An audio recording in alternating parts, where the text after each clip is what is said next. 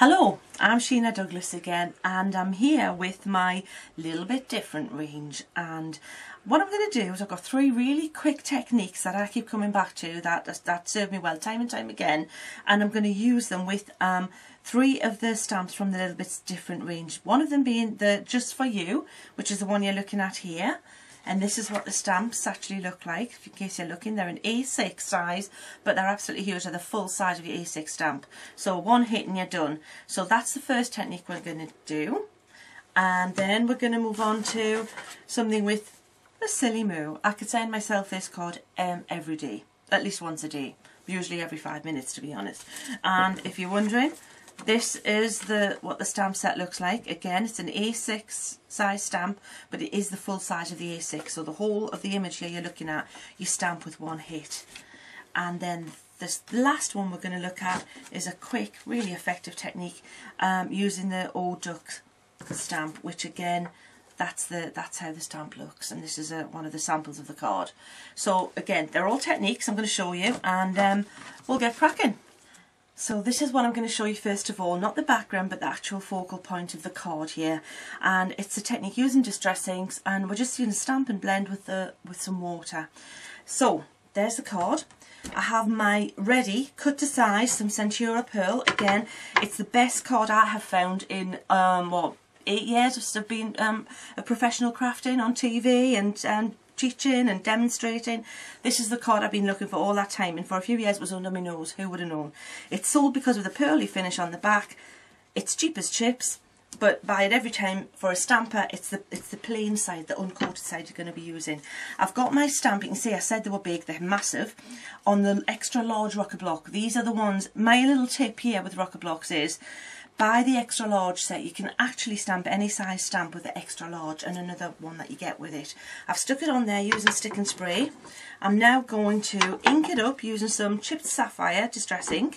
So as always, for beginner stampers, if this is you, put your block on the surface and just tap. Now it says gentle tapping, but it depends how old your ink pad is. And if it's an ink pad that is a dye-based ink pad, like this one is, more often than not they're in felt, they're held in felt. This is felt, and it's much more dense than a pigment ink pad would be. That's really squishy because it's in foam. So if you tap too hard with pigment inks, it can actually run all over into all the little crevices. So you can be a little bit more heavy-handed with your felt dye-based ink pads. And the distress ink range are just a fantastic range of inks. Right, so next thing is to stamp it. Now I'm not going to worry too much about getting it positioned perfectly. If my rocker block was as it should be, clean and clear, I would have got that perfectly centered. But as you can see, I passed that point quite some time ago. So that's one reason for cleaning rocker blocks. But as usual, I've made it a little bit bigger. I can always straighten it up. Right, now, first thing to do, never ever ever use a water brush for this technique. It will just run away from you. You won't have the control. You can even use a larger brush than you'd think if it's a proper paint brush. The brush I'm using, as I always will be using whenever you see me, is one of my Paint Fusion brushes. This is the round number 6 brush. Now I'm just going to blend this little bit ink here, which can actually solidify this area of the writing. Just if it looks a little bit patchy, sometimes, you know, it might not stamp out perfectly, but it doesn't mean you've got to start again. You can use the water to drag the ink if there's any little missing areas. It's a really good little tip, that one. So, right, next thing is blending the areas. You see, I've dipped my brush, a normal brush, in water, and I've taken off most of the moisture. Straight away, dip it into onto some kitchen paper, because you'll be surprised at how little you need to actually move this ink. If you're using a water brush, and everyone I've used, whether they've got the valves, whether they're more pricey ones, any one I've used, I can just not get the level of control that I can if I use an ordinary brush. So if you're looking for good ordinary brushes, these are the Paint Fusion set of, how many are there? 5 brushes for under £10, so you can't really lose with that. And as you can see, I use them time and again. They're not just for Paint Fusion, they're for all the other projects I use, and I come time and back to time and time again, because most of the stuff I do is using either ink in a painterly style or paint or all that kind of stuff. Now you can see how the sheep are beginning to look a little bit more solid now, but I'm not really worrying too much. I'm just, if you look, the reason it is easier to do with certain stamps than others is because if the person who's drawn the stamps, in this case it would be yours truly, has drawn them with you know, as an original stamp, and as you would if it was just a pen and ink drawing, not just a kind of a cookie cutter outline drawing, there should be some indication of shading in there, and there always is with mine. If you see, all that texture has made that automatically darker where the shadow would be, and at the bottom I put more texture lines in here, indicating that there's more of a darker shadow than in the faces.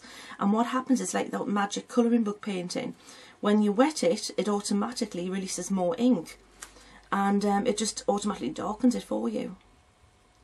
Now leave some lines. You don't want to blend every line there, because you still want some texture left in there. But you can see how effective that is and how quick it is. So in effect, that's what I've done there. Those are the tips I can give you with this technique. And I just think it's one of those things I come back to time and time again. Notice I haven't touched the flowers. I don't want the flowers blended. You want to have some things solid. You want to have some things dark. You want to have some things with hard line. So, you know, cease and desist. If you look at, turn that round and you can see how quick that was. Pretty effective, isn't it, in the time it's taken. So obviously it's a bit wonky, but you know, I was rushing it a bit. And clean your rocker blocks, and then you'll be able to position them really well. So that's the first technique, and we'll move on to the next.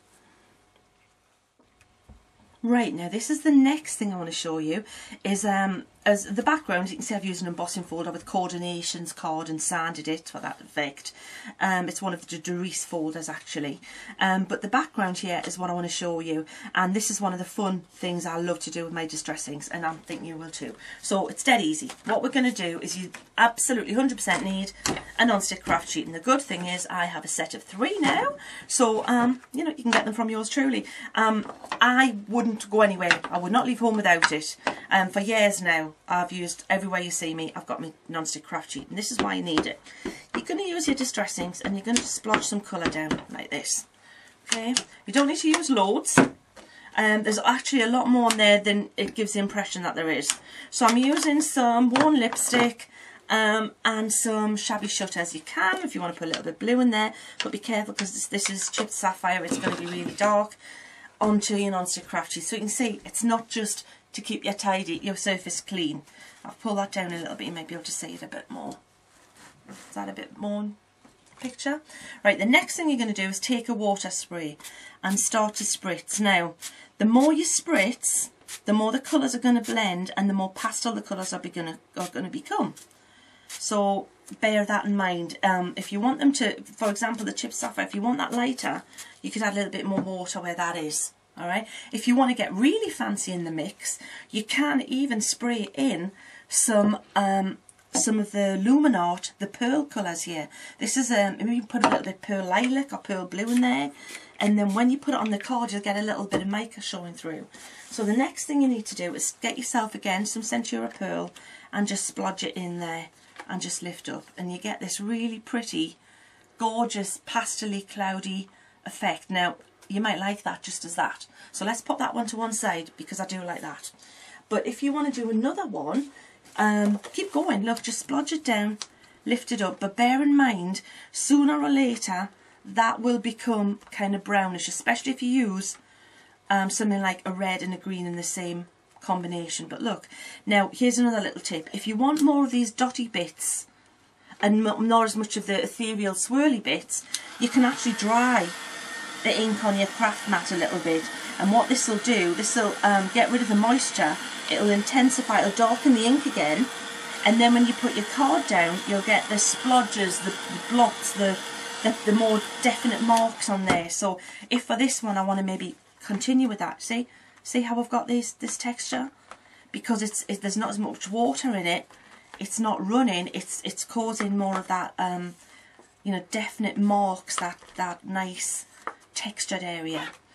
I just think this is just so much fun. So have a try of this, just try different combinations. You saw how little ink I used there, hardly any. Now I'm actually liking that one, it's better than that one. I'm going to dry that a little bit there because that's gone a little bit browny, and that's what will happen eventually. You'll end up with a mud colour. So, you know, don't put a stupid massive area down. You saw I just kept it about that area. And if you want it a bit more pearly, so this is one I did. Now I'm going to dry that, because when you dry it, it will flatten out. But I'm going to continue that. You don't need to see me, and I'm going to show you something else. I'm going to do the same with the other one as well.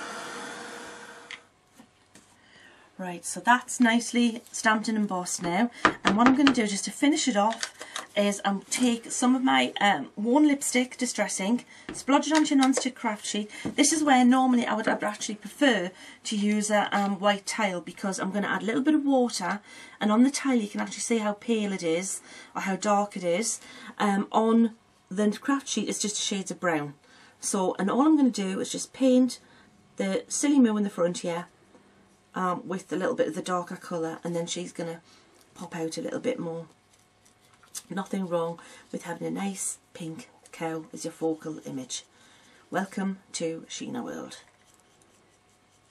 There you go. And that's just a really quick, again, inexpensive. Once you've got the right product, you've got the right stamps, there's so much you can do and so many techniques you can play with. I always like value for money with my investments. And there you go, just a quick little example of that one, and then we've got one more to do.